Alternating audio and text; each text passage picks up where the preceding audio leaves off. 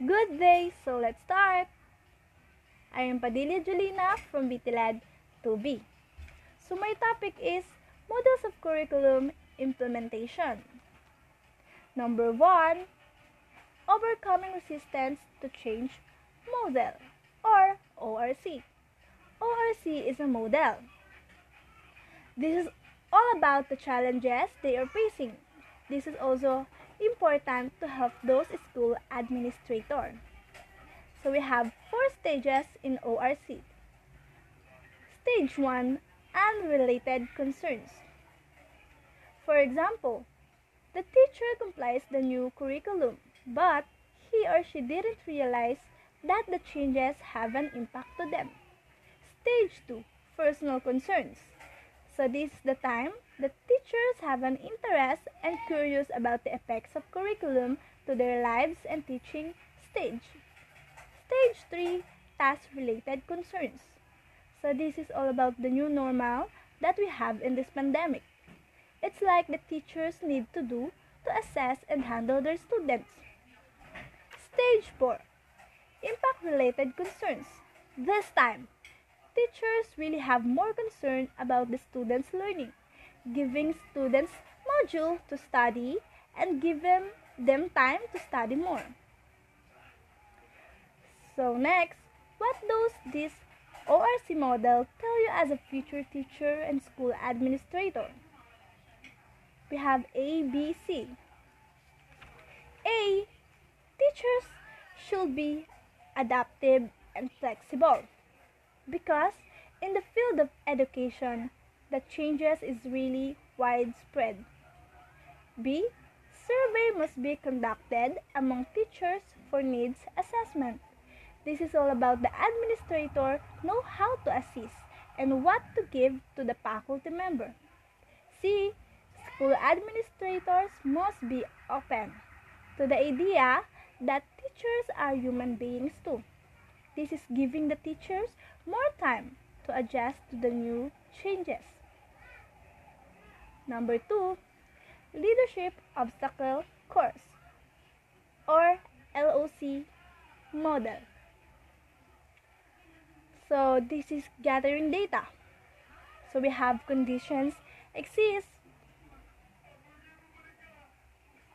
A, it is really needed to have an understanding for the betterment. B, there must be a need to have relevant skills. C, it is necessary to have an arrangement of materials and equipment. And letter B or D, this is the time to invest the time and energy.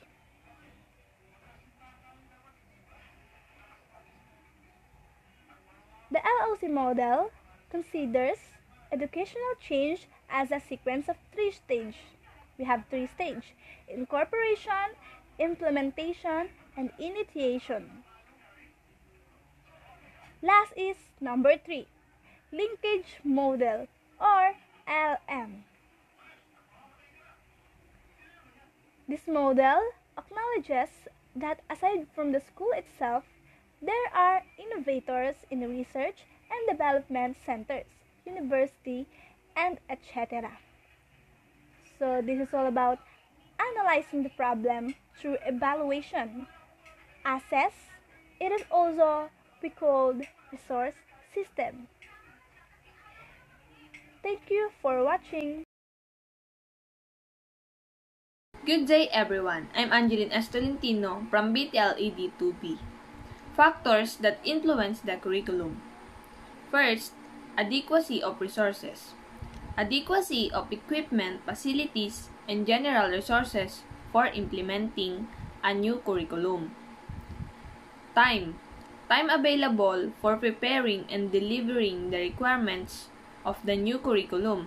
Example, teachers need enough time to develop their own understanding of the subject they are required to teach. Next, school ethos.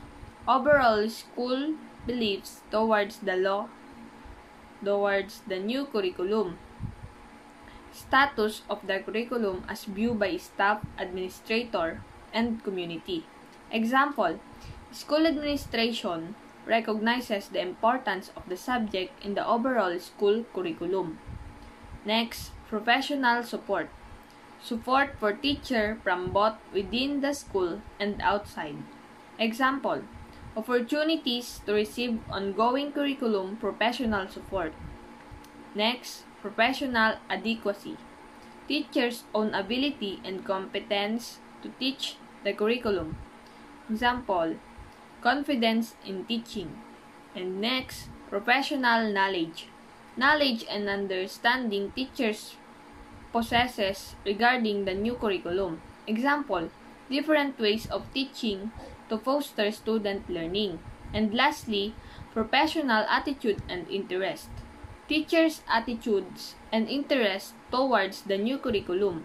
Example, keen to teach the subject. That's all. Thank you. The role of stakeholder in curriculum implementation. Stakeholder are individual or institution that play important function in the school curriculum. Their interests vary in degree and complexity. They get involved in different ways in the implementation because the curriculum affects them directly and indirectly. In-depth information, a stakeholder is the one who had an interest in a firm and can influence or be inspired by it. Investor, employee, customer, and supply are the major stakeholders in a normal corporation. Here's the curriculum worker that plays important role in education of every student life. They are the one who mold student to reach their dream profession. First one is teacher. They are the most visible curriculum workers. Teacher develop lesson plan, unit plan, and syllabi for each subject that they teach. They also prepare instructional materials, select method and strategies, and assess student progress. The second one is principal. The principal are the chief academic and administrative officer of the school. They provide curriculum and instructional leadership and supervision to teacher and other school personnel in the local context. Principal also work with the parents and community leader and win their support to any school activities and projects. The curriculum consultants. The curriculum consultants are individuals with the rich background experience on doing curriculum planning, curriculum development, and curriculum evaluation. The district supervisors, they are the person responsible for supervising the implementation of the curriculum in the district level. District supervisors are also responsible for implementing policies and programs of the PROF ED in private school. The education supervisor are assigned to specific subject area in basic education. The division superintendent, they are the chief academic officer of each division. The regional directors manage the program and project of the PROF ED in regional level. Education program specialists, they work at the national level or at the central office of CHED and PROF ED. Technical panel and technical committees, they are professionals who are professors, the expert from different discipline and field who assign the CHED in developing curriculum, formulating the curriculum policies, and evaluating the compliance of higher education institution to the CHED program standard. They are the founder of the stakeholder of education. That's all. Thank you.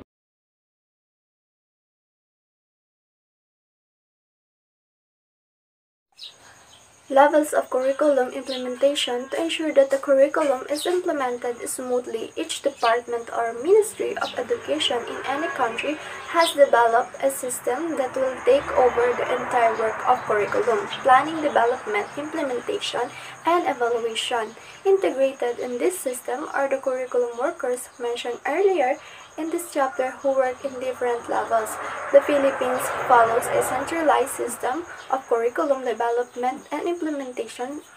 It starts with the national level down to the local school level, although the regional, division, district, and school level are empowered to plan, monitor, and evaluate program, project, and plans. The central office of the Department of Education is still the most policies the curriculum development work. Republic Act 9155, also known as the Governance of Basic Education Act of 2001, Chapter 1, Section 7, defines the function of each level as follows. In national level, through the leadership of Secretary of Education, Undersecretaries and Department Bureau Officers are responsible for the following: formulating national educational policies, formulating a national basic education plan, promulgating national educational standards, monitoring and assessing national learning outcomes, enhancing the employment status, professional competencies, welfare, and working conditions of all personnel of the department, enhancing the total development of learners through local and national program and/or subject. Let's proceed to the regional level, consisting with the national educational policies, plans, and standards. The regional office under the regional director shall be responsible for the following: defining a regional educational policy framework which reflects the values, needs, and expectations of the communities they serve, developing a regional basic educational plan, developing regional educational standard with a view toward benchmarking for international competitiveness, monitoring, evaluating, and assessing regional learning outcomes, undertaking research project, and developing and managing region-wide projects which may be funded through official development assistance and other funding agencies. Ensuring strict compliance with prescribed national criteria for all recruitment, selection, and training of all staff in the region and division. Formulating in coordination with the Regional Development Council the budget to support the regional educational plan, which shall consider the educational plans of all division and district, determining the organization components of all division and district, and approving the proposed staffing pattern of all employees in the division and district. Hiring, placing, and evaluating all employees in the regional office except for the position of assistant director. Evaluating all schools division superintendents and assistant division superintendent in the region. Planning and managing the effective and efficient use of all personnel, physical and fiscal resources of regional office, including professional staff development. Managing the database and management information system of all region, and approving the establishment of public and private elementary and high school and learning centers.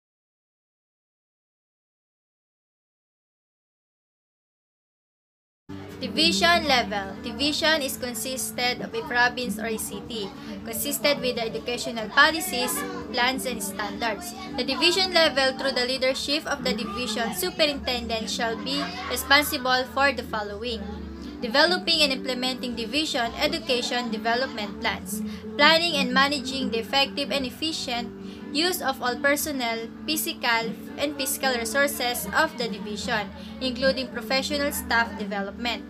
Hiring, placing, and evaluating all division supervisors and school district supervisor, as well as all employees in the division, including professional staff development.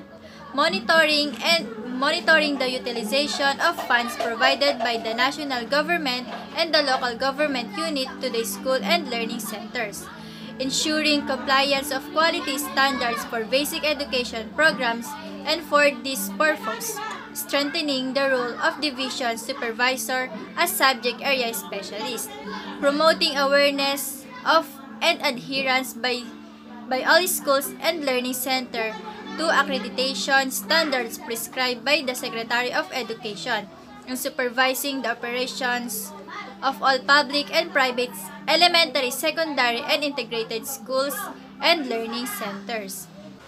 School district level. A school district, through the leadership of the district supervisor, is responsible for the following: providing professional and instructional advice and support to the school heads and learning centers in the district or cluster thereof, and curricula supervision. School level.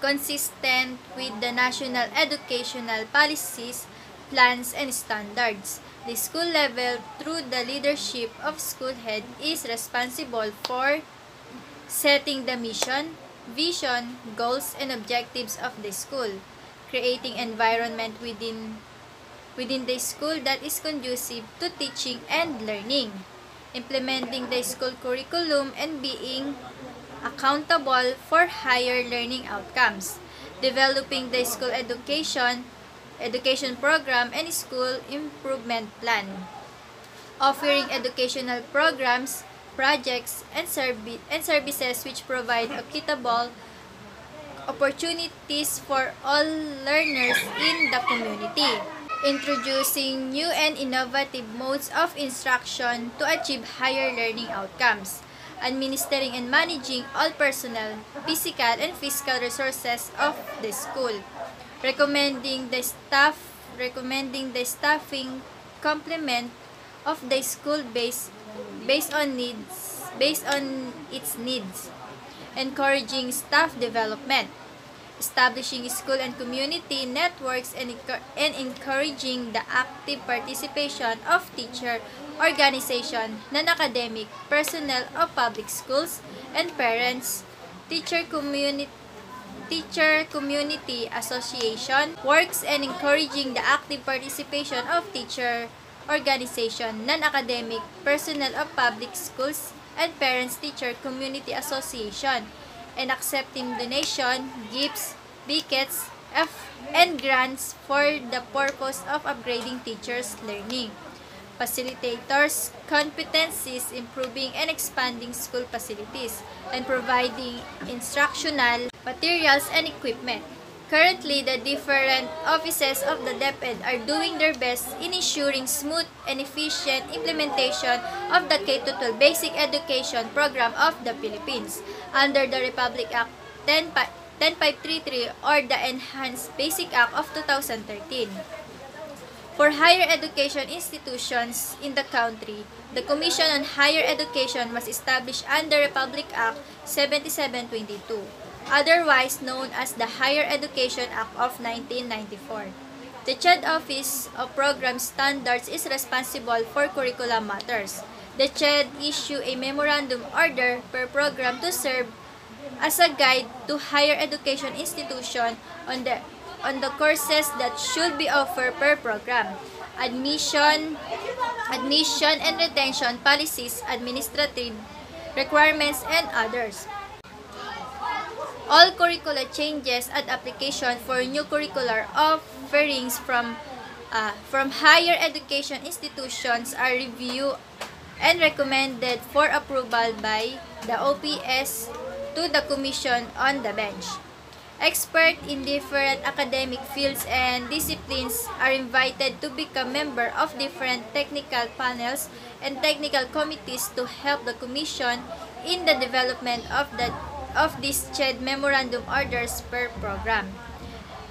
The Regional Office of CHED is responsible for the monitoring and implementation of the policies and guidelines developed by the central offices. Monitoring is done with the help of regional experts on different fields known as regional quality assurance team.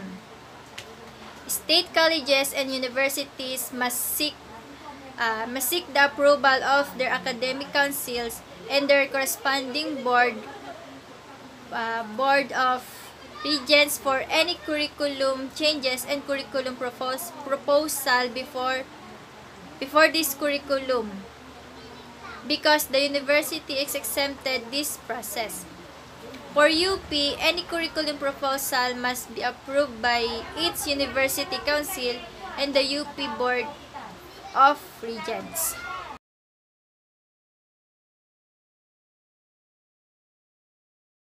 Hello everyone, this is Shirley Antienzo, and for the finale, we are going to discuss about the things we need to consider in implementing the curriculum.